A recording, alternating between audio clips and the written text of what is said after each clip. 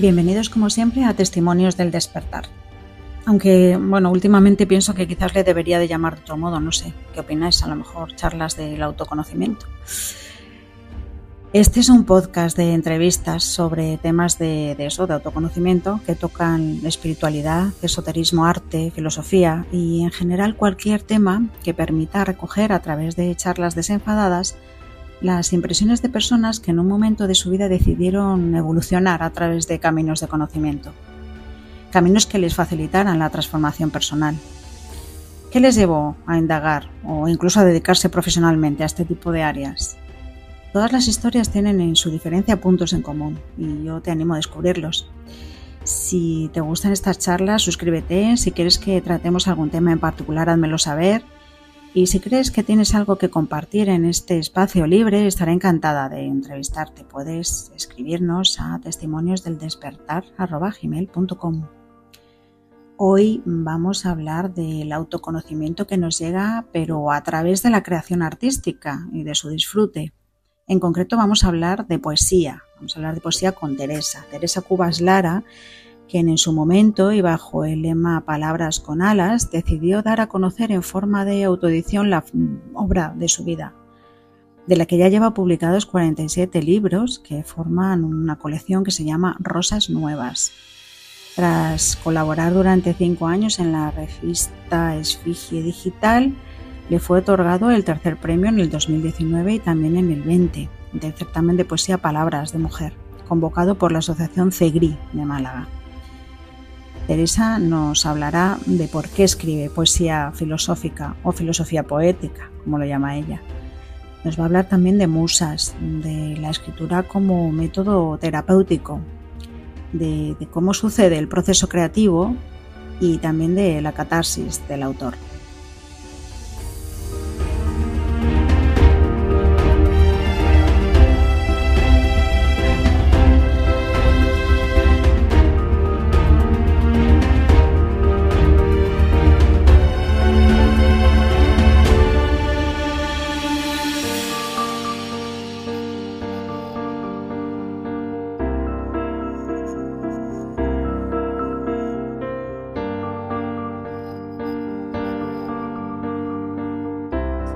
Buenos días, Teresa.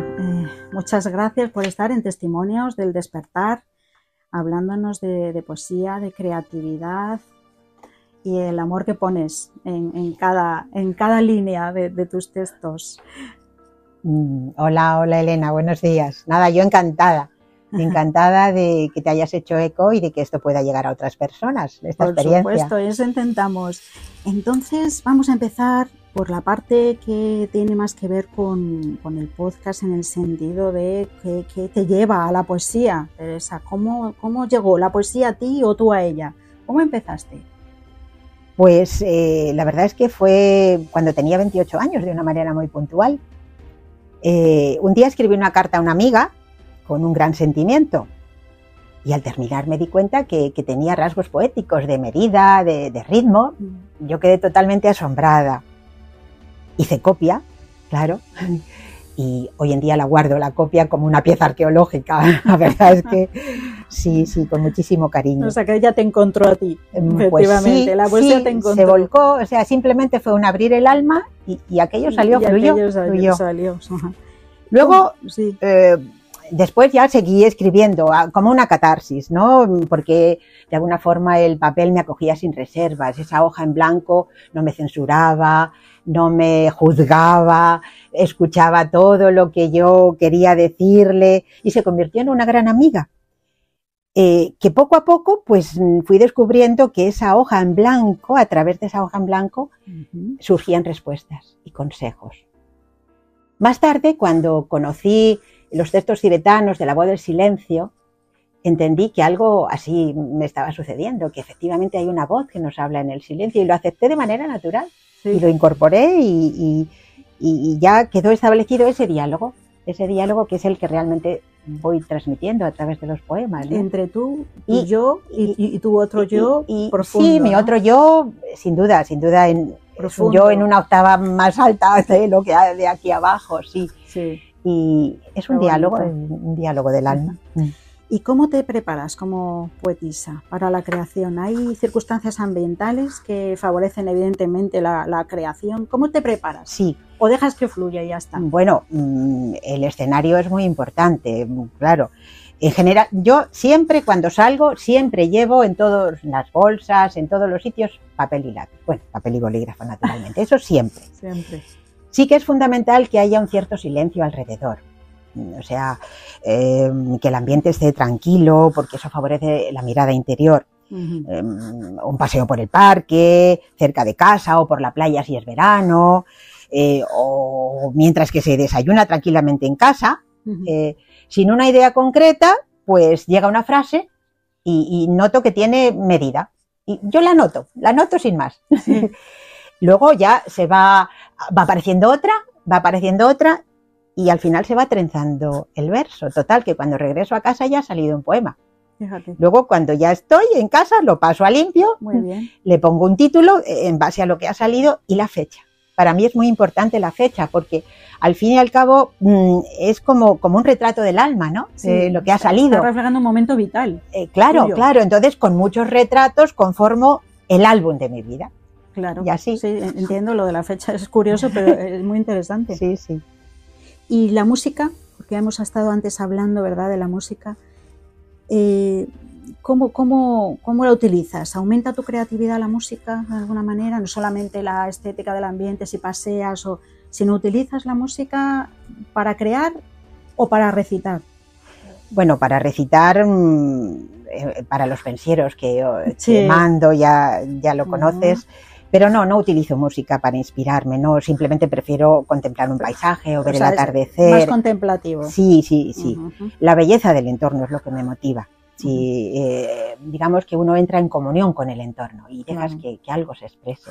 Sí. La característica de tu poesía es que es poesía filosófica, ¿verdad? ¿En qué textos te basas generalmente? ¿Algún autor, algún movimiento en concreto? Bueno, los textos son todas las enseñanzas que durante años y años he ido integrando a lo largo de mi vida, ¿no? Son enseñanzas sobre el conocimiento de nosotros mismos, tal como enseñaban pues las antiguas civilizaciones de Oriente y Occidente, todo lo que ya está integrado en mí, eso es lo que se expresa, los textos. A veces sí es cierto que a lo mejor estoy leyendo algo y pienso, qué interesante, o sea, esto qué interesante hacerlo llegar a otros, voy a ver si lo traduzco, entre comillas, en un poema.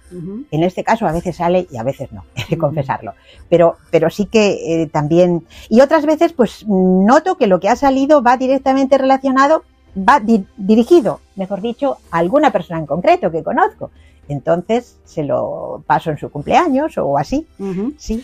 Y te preguntaba por algún autor, que ya no a nivel filosófico, pero algún autor ha estado más, lo sabemos, como más pendiente de ti, desde otro plano a lo mejor, ¿no? Ha sido evocador para ti. Sí, son los amigos de toda la vida, como yo digo, ¿no? Sí, pues cuando era adolescente, Jalil Gibran, eso me compré sus obras completas, las tengo en casa, Gibran fue...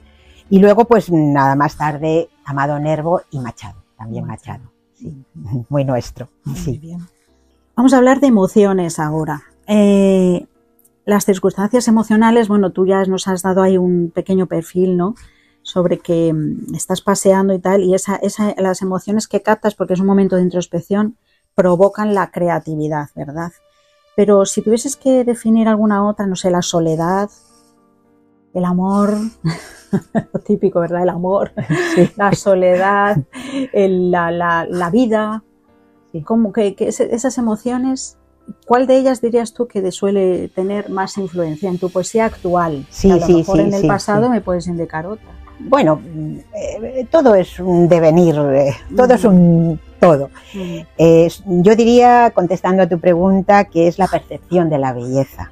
La belleza. Sí. Una gran emoción. De alguna manera el poeta, y en general el artista, entiendo, se hace intérprete de esa belleza. Es como una especie de intuición de algo superior que habita en el mundo de las ideas, de los arquetipos, como decía Platón, ¿no? Sí. Si utilizamos, por ejemplo, el ejemplo de la caña hueca, yo lo comparo con que el poeta es como una caña hueca, que deja pasar a su través una melodía, pero la fuente está mucho más arriba, en los planos sutiles. Y bueno, no olvidemos que el poema parte del corazón, no de la mente. Sí. Claro, claro, qué bonito.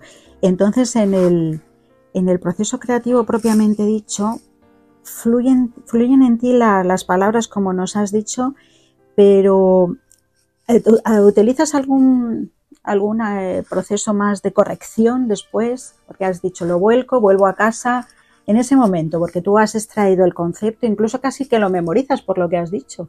¿Qué procesos llevas, más o menos? Sí. Evocación, volcado al papel, corrección. Sí. Corrijo mucho. O sea, una vez que está en el papel, corrijo mucho, sí. Ajá. Lo que escribo en un primer momento... es la base. La base, sí. Son los apuntes, como un pintor que toma un apunte, ¿no? Sí, un boceto. Un boceto, exactamente. Muy bien. Lo dejo reposar en casa y luego al cabo de un tiempo, pueden ser a las horas o al día siguiente o a los días, vuelvo a leerlo y siento que algunas palabras, algunos términos no expresan exactamente el sentimiento que yo quería plasmar. Ajá. O sea, hay algo como... ahí matizo y afino y corrijo. Lo corrijo. ¿Te cuesta dar por acabado un poema? Bueno, no, yo en principio lo doy por acabado. Yo hemos pintado un poco alguna vez, decíamos, ¿cuándo acabo el cuadro? Es el momento trágico, ¿no? No, acabado lo doy por acabado. Solamente que después, e incluso me viene alguna palabra que digo, ¿por qué me viene esta palabra? Y veo que es la que tengo que sustituir. Ajá. Sí. Lo comparo con aquello de el proceso poético, como conectar una frecuencia de una radio que emite. O sea, una radio emite, pero mi aparato receptor no está del todo limpio, no está del todo armónico. Entonces tengo que intentarlo varias veces hasta captar la palabra justa, que siempre es la más sencilla y la más luminosa. Hablando de esa noción, de ese enlace con algo que está por encima de nosotros, ¿te has sentido alguna vez dictada por las musas? ¿Tienes alguna musa en concreto, Teresa? Bueno, una musa en concreto, sí, la verdad es que cuando conocí que la musa, sí, Urania, la que llaman la celestial.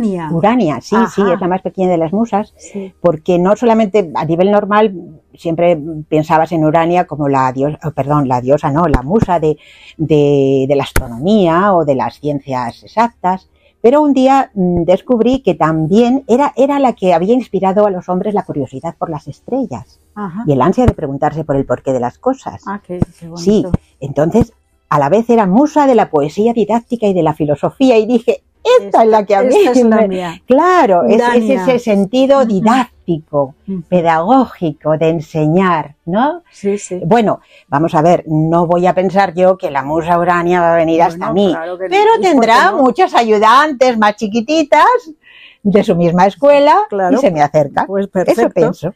La poesía expresa y explora dimensiones espirituales y, como hemos dicho, filosóficas. ¿Qué aspectos filosóficos tocas en tu poesía? Bueno, hay una hermosa definición de filosofía, que es que se trata de una música que se hace con el alma.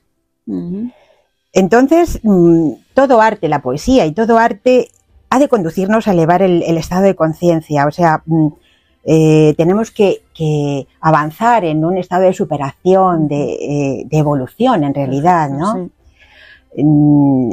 De alguna manera el artista, yo me considero, o sea, el poeta también, hay como una responsabilidad colectiva en el sentido de que no se puede hacer algo que achate a la gente, que la vulgarice, como es lo que hoy prima. Entonces yo no soy de esa línea en absoluto, sino todo lo contrario, porque si no, no es arte, o sea, es cualquier otra expresión de la naturaleza humana. Y además creo que hay que atreverse a decirlo. O sea, ahora hay un feísmo, un culto al feísmo, y hay que atreverse a decir que eso no es arte, eso es una mamarrachada a veces. O sea, claro, eso no es... Hay una cierta obligación de engrandecer el espíritu del prójimo, ¿verdad? Claro. y a la vez el mi arte. propio espíritu, porque todos somos uno. No, O sea, totalmente. de volcarse hacia lo luminoso, ¿no? Ujú. El alma, ese lenguaje del alma, porque es el alma la que se expresa, lo comparo con un espejo. Si tú pones el espejo hacia arriba, va a reflejar lo que está más alto, lo luminoso. Y si el espejo lo vuelcas hacia abajo, va a reflejar la vulgaridad del mundo doméstico y todos sus dolores y todas sus confusiones. Que sabemos que existen, ¿no? Existe, pero ¿para qué vamos a hacer arte solamente con lo de abajo? Si ya bastante tenemos, volquemos hacia arriba, que es lo que nos falta. Claro, es verdad, es verdad. De esta afirmación, las verdades del poeta, que las hay, son verdades que le llegan como un don, mientras que la filosofía es búsqueda activa. ¿Cómo conjugas tú la verdad y la búsqueda? Pues mira, igual te lo contesto con un poema, ¿sí? Pues muy bien. Al que titulé Fontefrida. Fontefrida, estupendo. Vale. Pues adelante. Sí. De la frida fonte allá en la montaña proviene el arroyo que llega a mi casa. ¿Temer puedo acaso que el agua no corra? Callada, en silencio, fluyendo a deshoras, da vida a mi huerto y olor a mis rosas. ¿No sabes entonces a qué me refiero? Todo esto que escuchas trenzado en el verso, verdad es sin duda, y encierra un misterio. La tal Fontefrida nos nace muy dentro. Quien quiera que pase verá su esplendor, y en lengua natural, el canto y la flor. Fontefrida. Fontefrida. Precioso. Y ahora, si me permites, te leo una anécdota histórica, que fue lo que realmente me inspiró el poema. Muy bien. Entonces, se cuenta que en México, en el año 1487, 5 años antes de la llegada de Colón, sí, en un lugar muy antiguo del mundo náhuatl, se reunieron un grupo de sabios y filósofos llamados Tlamatínime, para preguntarse acerca de la verdad de los hombres y de la posibilidad de decir palabras verdaderas en la tierra. Podrían ser dichas a través del poder o a través de los placeres. Finalmente determinaron que la palabra verdadera surge en este mundo a través del canto y la flor, que es la manera que tenían en náhuatl de decir poesía. Oh, qué bonito, me ha encantado. El canto y la flor. El canto y la flor. Precioso. Así que si buscas los Tlamatínime, te los encontrarás. Tlamatínime, pues sí, lo voy a hacer. Qué bonito. Sabios y filósofos náhuatl. Sí. Algunos de los temas que se tratan en poesía, Teresa, parecen recurrentes a lo largo de la historia. ¿Tú por qué piensas que puede ser esto? Pues porque el ser humano siempre tiene esa llama dentro y parece que vuelve, ¿no?, a su origen. ¿Por qué piensas? Bueno, yo te voy a hablar de mi propia experiencia, ¿no? Sí.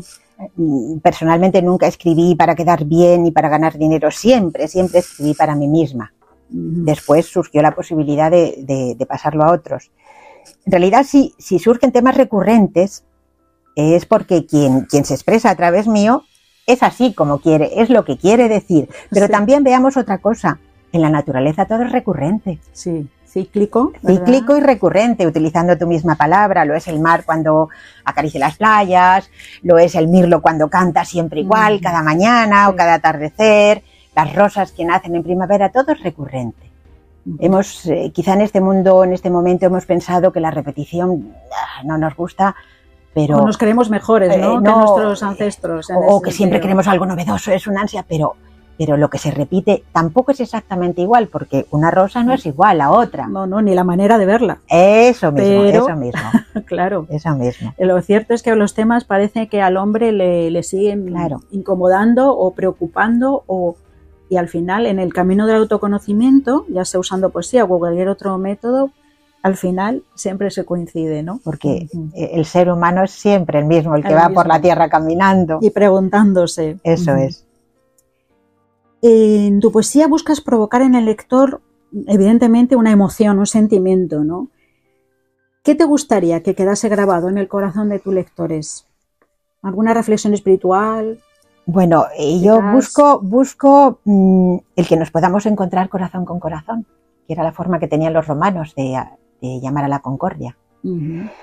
Porque aunque en ese momento parece que estamos muy comunicados, todos son comunicaciones, tal, pero en realidad, el alma humana está muy sola, muy sola. Entonces yo busco encontrarme con esas otras almas humanas que tienen mi misma vibración, que tienen mi mismo sentimiento, y reconocernos de alguna manera y abrazarnos en la distancia. Es como lograr vibrar en la misma sintonía, ¿no? Sí, eso lo busco. Es mi objetivo primero. Por lo que veo, tú con tu poesía es un regalo que haces. Sí, bueno, eso, ¿no? Es los penseros. Sí, es verdad. ¿Crees que hay diferencia entre escuchar la poesía y leerla uno mismo? Hay una diferencia básica, ¿verdad? Hay una diferencia básica, sí.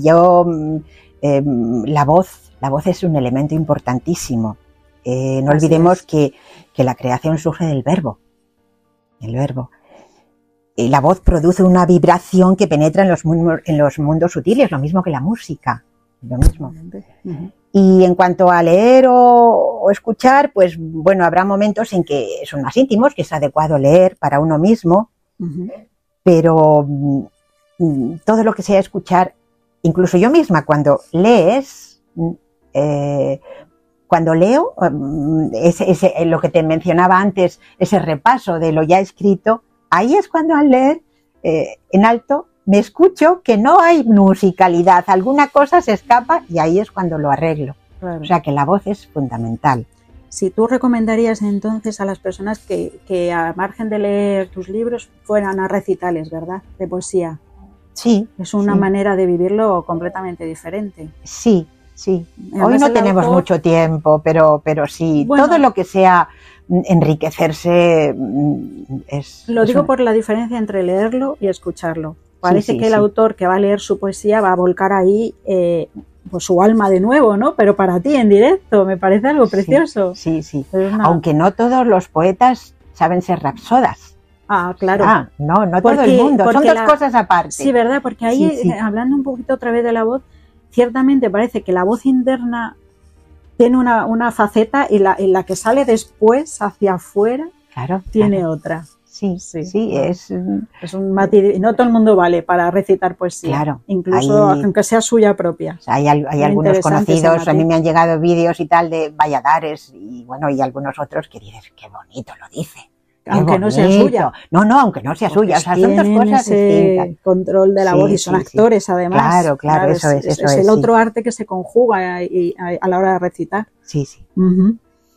Muy bien, pues no sé si aquí había una poesía, aquí vamos a hablar de ella o a ponerla.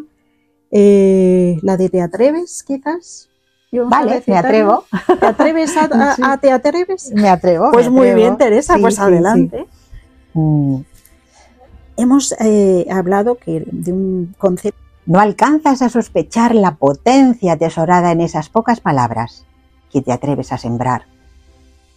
Este mundo material olvidó hace mucho tiempo la plenitud con que el verbo se ejercita en el crear.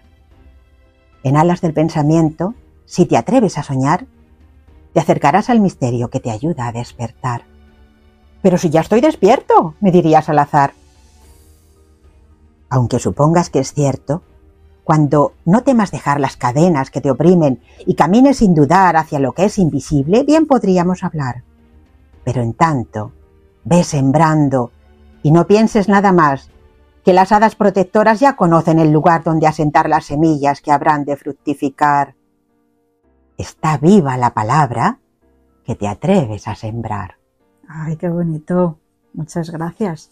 Pues nos atrevemos, entonces. Bueno, y de alguna manera se menciona el despertar de Testimonios del Despertar. Ah, eso también, sí, eso es. Tú siembras palabras. Sí, eso intento. La expresión artística es una manera de alcanzar el alma, como hemos estado viendo a lo largo de la entrevista, y creo que es clarísimo. Pero el valor estético, puramente estético, es en la poesía más importante casi o tan importante desde luego como en otras artes, pero de otra forma. ¿Cómo lo dirías tú? ¿Cómo nos hablarías del valor estético de la poesía respecto quizás a otras artes? Porque hemos antes hablado Estamos charlando tú y yo y hemos dicho, es que en el teatro el valor estético, pues claro, también lo hace el escenario, incluso hasta el público, ¿no? Pero en la poesía el valor estético tiene algo más, no sé, más Sí. trabajado, más... Sí, sí.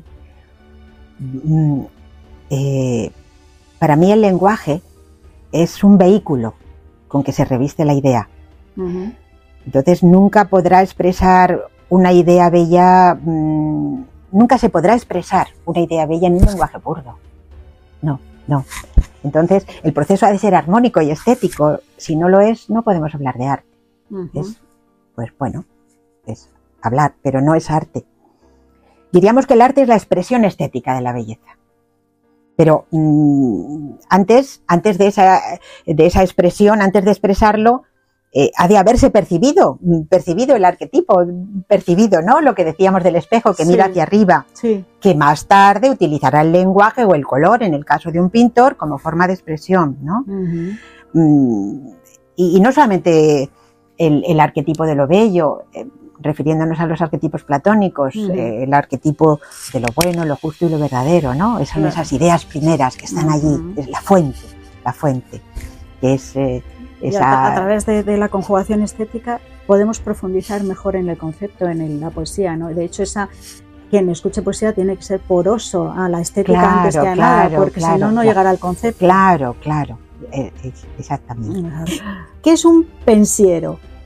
Sí, para mí es una cosa muy, muy entrañable, porque una amiga mía italiana, que siempre venía mucho por aquí, por Madrid, pues éramos muy amigas y siempre traía una pequeña cosita y decía, ay, Antonia Cotiñola, Coti para los amigos. Entonces siempre una cosita pero ay, traes cosas, es un pensiero, es nada, es una cosita pequeña y un pensiero es un regalo que sin valor material indica y significa he pensado en ti.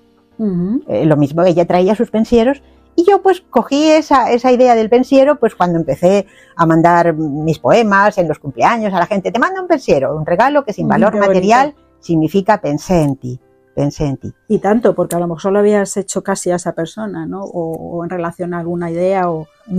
Bueno, el pensiero, he pensado en ti, que justamente es lo que te acabo de decir, que lo que yo quiero es encontrarme con la persona, por más que esté lejos, ¿no? Sí. Y que ahora podemos facilitar ciertamente a través de las modernas herramientas, o sea, encontrarnos y abrazarnos en la distancia, sí, claro, reconocernos. En ese sentido la tecnología nos ayuda, ¿no? ¿Por qué piensas tú que es una de las artes más incomprendidas hoy en día? ¿Por qué crees ¿La poesía? Tú? Sí. Pues incomprendidas se olvida, se deja de comprender cuando no lo escuchas, cuando no lo ves, cuando nadie te educa, cuando nadie te habla de ello. La educación, ¿verdad? Lo que no conoces, piensas que no pasa existe. Desapercibido. Claro, y además mucha gente dice, no, yo es que no entiendo. No, vamos a ver. Cuando empiezas a escuchar algo que es armónico, algo que es estético, que tiene musicalidad, que no son solamente renglones cortados con tijera, que entonces parece que todo el mundo dice, no, si lo mío es un poema, pero es que son cortado. Sí. Pues si a un niño lo empiezas a educar y le empiezas a que le resulte familiar, al final le puede gustar. Claro. Cada uno va a elegir su propio camino estético, pero en concreto la poesía, que es lo que tú me has preguntado, pues en eso estoy, en divulgar una forma de poesía. Por eso a mis poemas lo llamo poesía filosófica Sí. o filosofía poética, que es ambas cosas, claro. Y aunque lo has hablado al principio, hemos estado hablando un poco de lo que suponía para ti el valor terapéutico de la escritura y cómo te ayuda a ti, pero para todo aquel que quiera iniciarse en coger un papel, volcar en él, es un gran valor. Hace falta atreverse y hace falta tener ese contacto con el yo interior, pero a nivel terapéutico eso tú lo has vivido, eso es magnífico. Sí. Aunque luego no vaya a ningún sitio. No, fijo. Primeramente ese parar en silencio y decir, voy a escribir lo que sale de mí. Sí, claro. Has dicho dos cosas muy importantes. Parar. que es lo que no hacemos hoy. Exacto. Parar. ¿Y para qué? Para encontrarme conmigo mismo, que tampoco lo hacemos hoy, porque siempre estamos enchufados. O sea, de alguna manera es como si nos hubieran, este mundo agitado que vivimos nos ha robado el silencio. Sí. Y sin embargo eso tenemos que rescatarlo. Sí. O sea, entonces parar, colocarme para escribir delante de esa hoja blanca y volcar lo que yo soy. No pienses en que nadie lo va a leer, no pienses que me sale mal, nada, vuelca, deja que fluya, es una catarsis, es algo absolutamente terapéutico. Déjalo. En otros momentos, vamos a ver, el volcar hacia afuera ha sido la confesión, o sea, salir hacia afuera, o el psiquiatra o el psicoanalista que te tumbabas allí, sacabas hacia afuera y encima después... En un momento de urgencia, en un momento de urgencia y el psiquiatra encima después tenías que pagarle, el papel es gratis. Y claro. Además recomendarías, porque estuve leyendo hace poco la importancia de la escritura manual respecto al teclado. Sí, que se nos olvida también, porque por lo visto el enlace que se produce a nivel neuronal es otro. Entonces ahí a lo mejor es cuando de verdad hacemos una verdadera terapia, ¿verdad? Claro, por supuesto, aunque a mano. Todo lo primero que sale es a mano. A mano, nada de así aprendimos de niños a escribir. Claro, y porque hay justamente ese es un dibujar, sobre el papel, el grafismo. Claro. Incluso hay una grafoterapia, corrigiendo determinados signos. También hay un valor terapéutico, claro, por supuesto, no. Vamos. Sí, escribiendo a mano. Bueno, pues ya do fin a toda esta entrevista. Yo no sé si te apetece añadir algo más, aparte de una poesía que creo que nos vas a leer, que se llama Rizos. Yo no sé si antes quieres añadir algo más que no se haya quedado en el tintero, que a mí se me haya pasado, si te apetece hablar de algún libro en concreto que tengas, dinos algún título. No, de títulos no, bueno... Que tienes muchos volúmenes, ¿verdad? Sí, bueno, son chiquitos. Yo sí, los libros que es Azul Azabache. Ese es el último que edité. Colección Rosas Nuevas. Si quieres, pasamos a leer el poema. Bueno, decimos un pequeño consejito. Muy bien, perfecto. Para que se animen a estar consigo mismos. Que se animen a buscar una soledad luminosa. Que no siempre hay que estar enchufados, ni con otros, ni con ruido alrededor. Que se animen a contemplar, a mirar, que busquen la naturaleza y que dejen que la naturaleza les hable, nada más. Que se den momentos para decir, al fin solo. Muchas gracias, Teresa. Muchas gracias.